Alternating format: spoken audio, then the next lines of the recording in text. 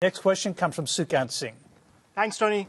The sacking of former Michelle Guthrie, Managing Director Michelle Guthrie, and the resignation of former Chairman Justin Milne last week has shaken the trust of taxpayers in Australia's most trusted broadcaster. With embarrassing emails and alleged political interference behind this turmoil, do we have to accept that ABC cannot be independent from political interference since it is dependent on the government for its funding? I'll start with Amanda Rishworth. Go ahead. Well, no, we can't accept that. We shouldn't accept that because that is not what taxpayers want and that's not what is in the ABC Charter. You're absolutely right. What happened last week has been really significant in terms of the political interference that we've seen in the ABC. But Australians love their ABC. They appreciate their ABC right around this country, and we cannot accept political interference in it. Now, yes... Amanda, can I just make one point? Justin Milne, who's the heart of this, says we saw his email, but he says that there was no political interference directly in the sense that he wasn't responding when he called for the sacking of one journalist, maybe two. He wasn't responding directly to a political request. He wasn't responding to a political request, but he was responding to a broad assault that this government has taken against the ABC.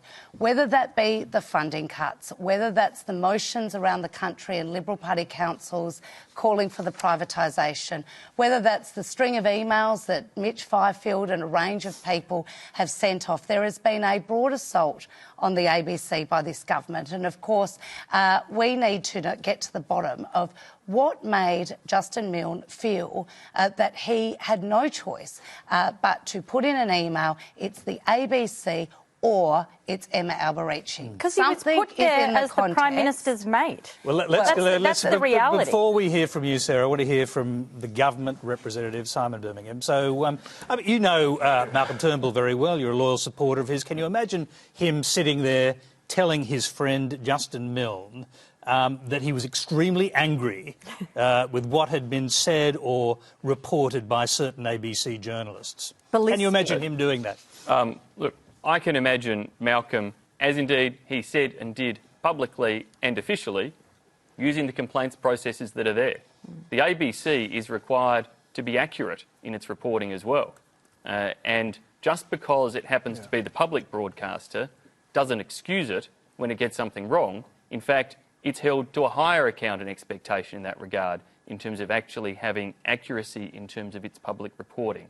And whether that's in relation to stories about company tax or stories about potential US bombing of Iran, stories that are published and run with clear factual inaccuracies ought to be subject to complaint. And whether that is from any one of us on the panel, the politicians, the public or anybody else, that's the reason the ABC has a complaints process in place.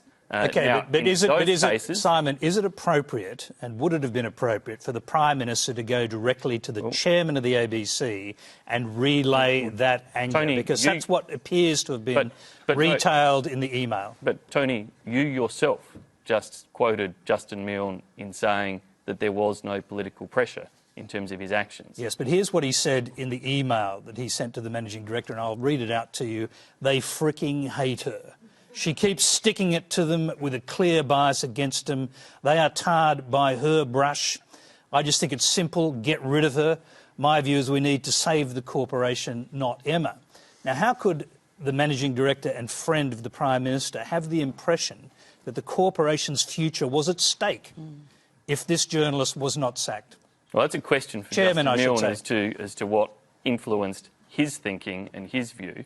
The government's anger over the inaccuracy of that story was plain for all to see. I think any member of the government who fronted the media in the days following the publication of that story absolutely expressed their disgust at the fact that as we were having a significant political debate about tax policy in Australia, and as a government we were seeking to enact a better, fairer regime in terms of the way company tax ensures Australian businesses are competitive, we had a factually inaccurate story come out from the public broadcaster, run across every single platform. It ran online, on radio, on television, pushed all the buttons and power and influence of the ABC, and it was wrong.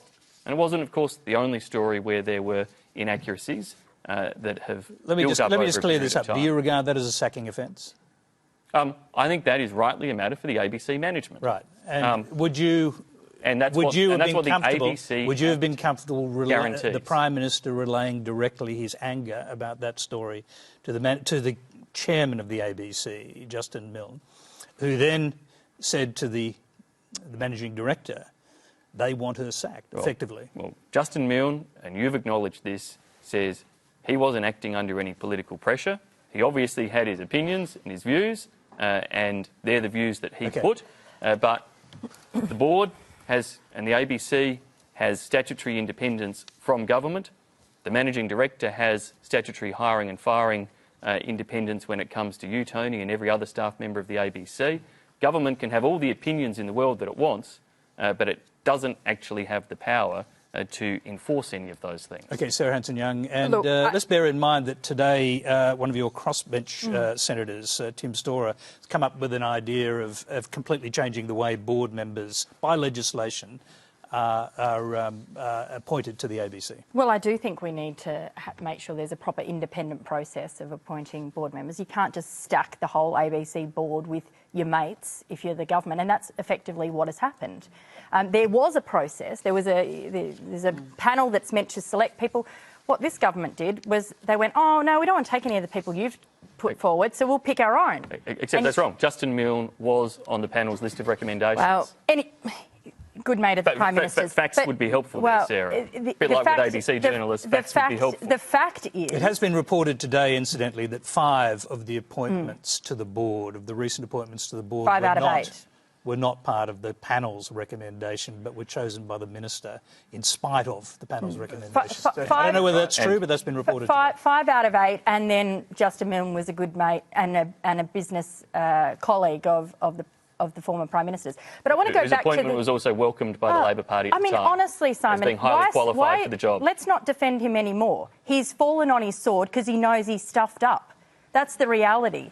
And this whole point, I mean, can I just say, if he's the only one who's stuffed up... Well, he's not, I don't think. But if he is, then the government is effectively sheltered from the fallout from this, are they not? I think this is the problem here, because the board, the whole ABC board knew of these allegations. They were confronted with them by Michelle Guthrie before she left. The only reason the board held this extraordinary meeting and put pressure on him to go was because it became public, because those emails came out. I think there are huge questions around the rest of the board. Should the board go as a result of that? I mean, there was a staff-elected board member on that board, for example, and there's a lot of questions about their role in this. I do think the board needs a clean-out, put a broom through it, put in some independent people and make sure we can let the ABC get on with their job. There has been a consistent assault on the public broadcaster from the government. Funding cuts. There are 3 pieces of legislation before the Senate today that absolutely undermine the independence of the ABC.